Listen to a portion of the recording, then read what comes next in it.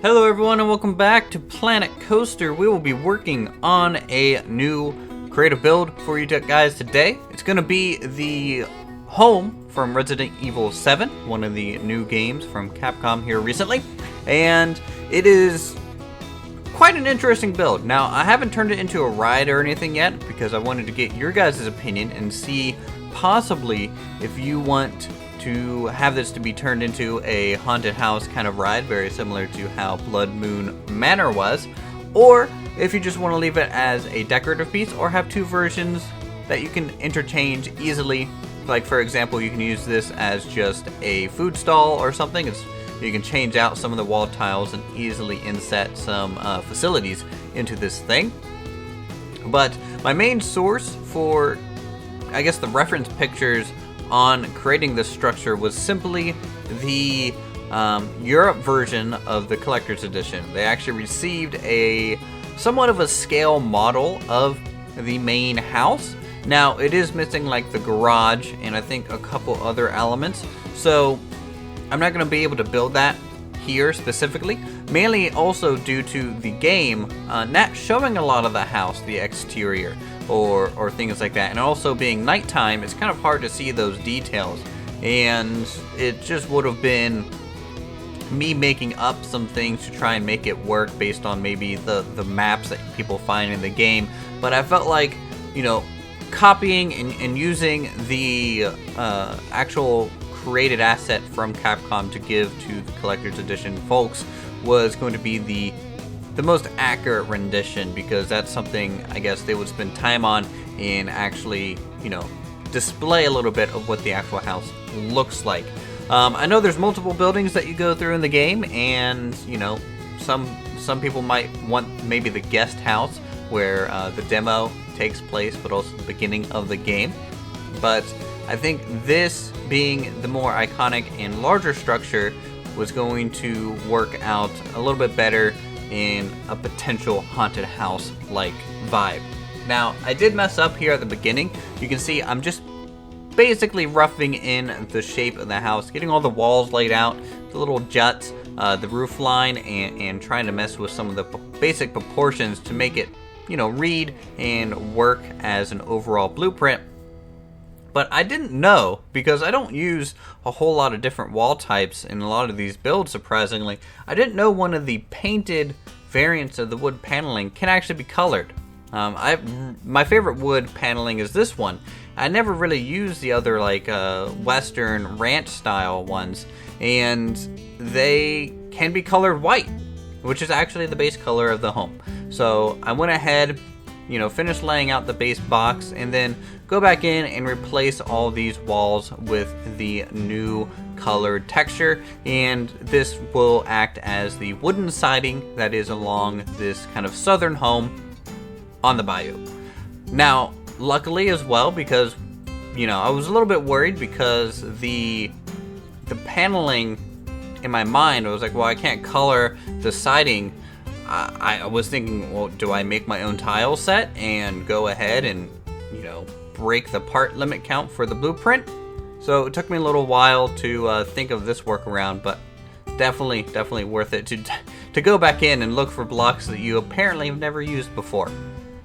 Now, the house itself, it's a little weird. Some of the roofline elements don't quite make sense in an architectural standpoint. Like, for example, some of the roof lines would trap water in things, but this is how the model was basically laid out, and I think it's very reminiscent of, say, like a family home that started at a certain size and then was expanded upon throughout the generations, and that's what you kind of get in these colonial or these very aristocratic style housing. Is they're very modular. You know, maybe the left side was the old main house, there might be a doorway there, but it was expanded as the family grew, and maybe more relatives were just kind of staying around, and you just had to make more and more space to house more and more family members like that.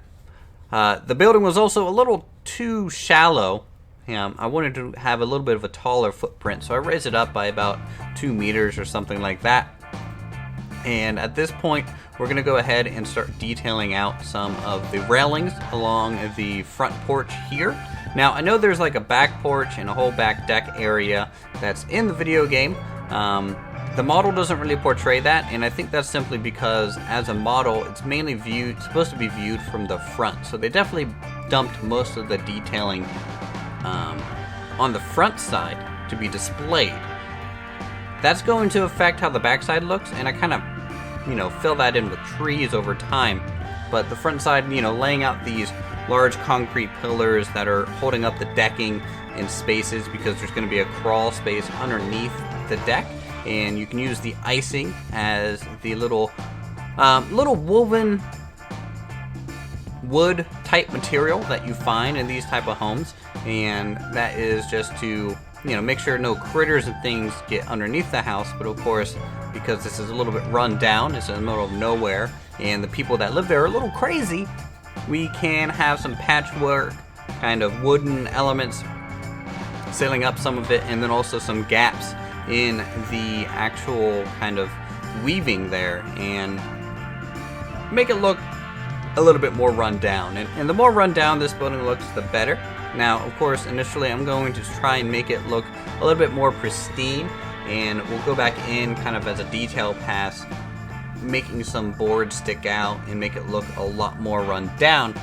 But initially, in my opinion, it's definitely better to go ahead and make the building work first. Because to me, the building, of course, needs to function and sell that it's actually structurally sound and workable before you go in and make the thing look spooky. It might make the building process a little bit longer, but I think it's worth it. I'm gonna make some custom windows for the front side here, just a couple wider variants, and you can kind of layer these things and get shutters by combining different window types, and you can color them different colors.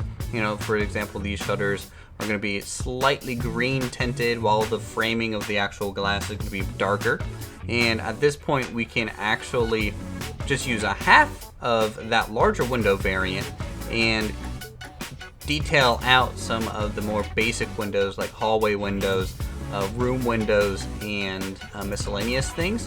Now, I know some people might be tempted to go ahead and just cover this thing with windows. That's not really how real buildings operate, because like even myself, like I want to be like, oh, there's dead space there on the wall, I want to put a window there, something to make it look cooler on the outside. But you have to take into account that the living space on the inside, I mean, you need wall space to hang pictures, store things, closets. All these things are kind of hidden inside the house, preventing these windows being placed.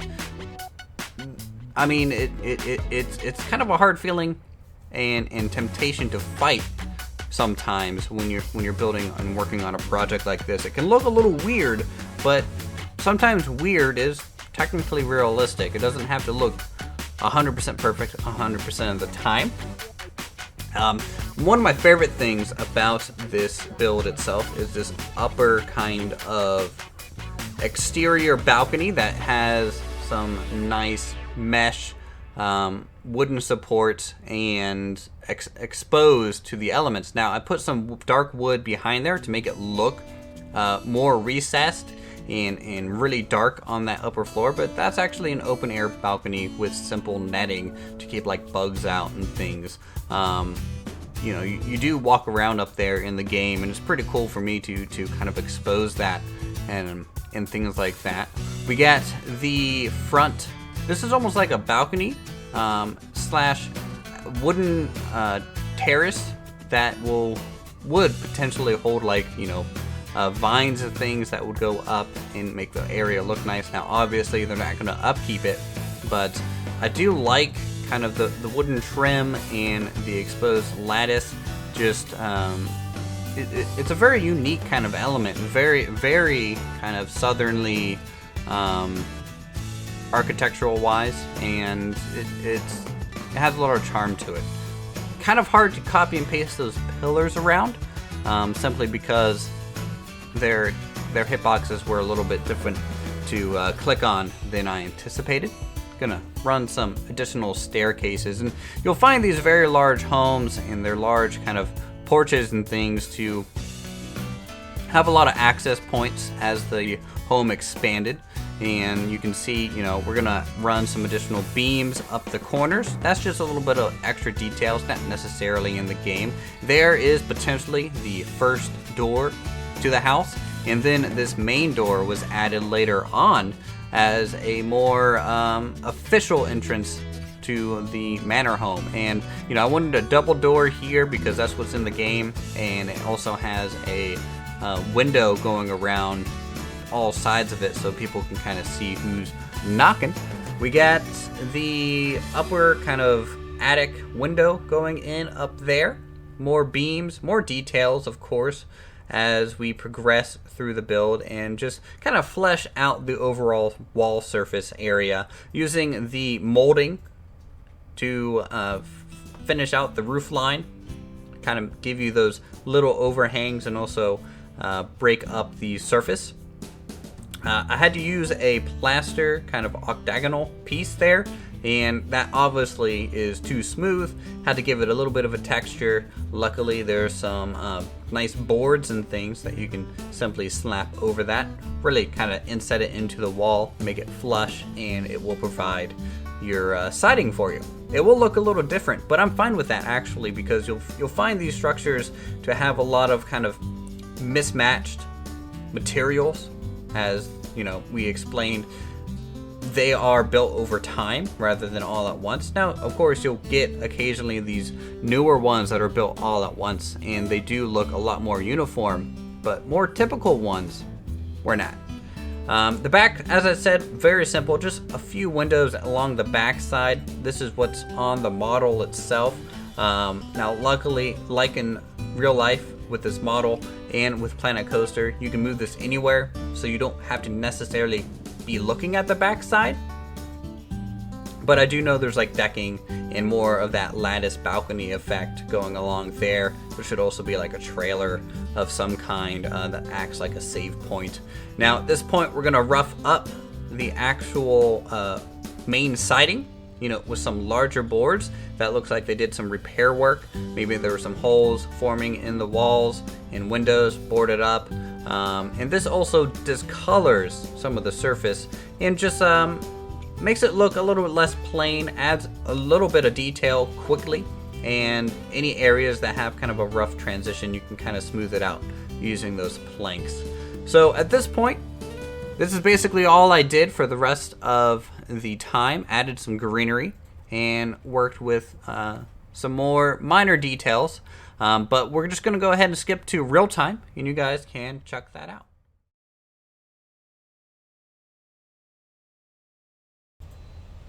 Okay, so here we are at the residence of Resident Evil 7. We have some greenery now. We have some, and you can see that, you know, I didn't go overboard with the greenery, simply because that in the game, it's super overgrown. If you take screenshots from the game itself, from the little bit that you do see from the front side, I mean, that woodland area is basically reclaiming this house at this point. I didn't want that simply because I want this to be more useful for you guys in your own parks and be integrated into your own kind of landscape and scenery a little bit easier than having this overbearing forest surrounding this place. And I think that worked out nice. What you see here, just this little bit of greenery, breaks up some of the gray because it is a pretty bland in terms of color-wise. But that's how it is in the game. That's how it is in everywhere else. In fact, it would actually be a lot more white. You know, like for example, this upper story here, where this lattice is, all this detailing would be white. And just very, very minor differences in the colors. And that makes that thing look very flat to me. And so recoloring some of these to the darker wooden trim and to bring out the whites of the natural boards used for the siding, I think was a decent choice, just for contrast reasons more so than anything. You can see, you know, we mixed in all these additional boards, and this is also to help fill in some of those very wide open spaces that we had left over, where I thought, windows would have been necessary, but, working in a texture, I think does a nice job overall. We got some vines creeping up some of the posts. We have ivy up on the upper layers. Added some lights hanging around, and we can take a look at it at nighttime. Not too much, as it seems like most of these people live in complete darkness. I don't know if they have dark vision of some kind, but that is what it's like in the game. Pretty much 90% of the game, it's nighttime, and you have your flashlight. We got some larger trees kind of in the back just to flank and provide a little bit of a skyline break and roofline break here. We have just overgrown elements along here with some more kind of wood paneling being exposed to the elements. Now, as I said, this should probably have a back porch area and additional things, but with my reference material not really being able to show this in detail, I didn't want to risk just messing it up completely. And also, luckily, this might keep the part count down for if I do decide to turn this into a haunted ride.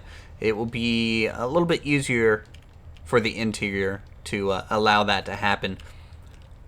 We do have a couple big trees as well, which is a nice thing to do. You don't want to use too many of them, but just on like the corners of the building. And then we do have one swamp tree in the front. This is in the Louisiana, I believe, after all.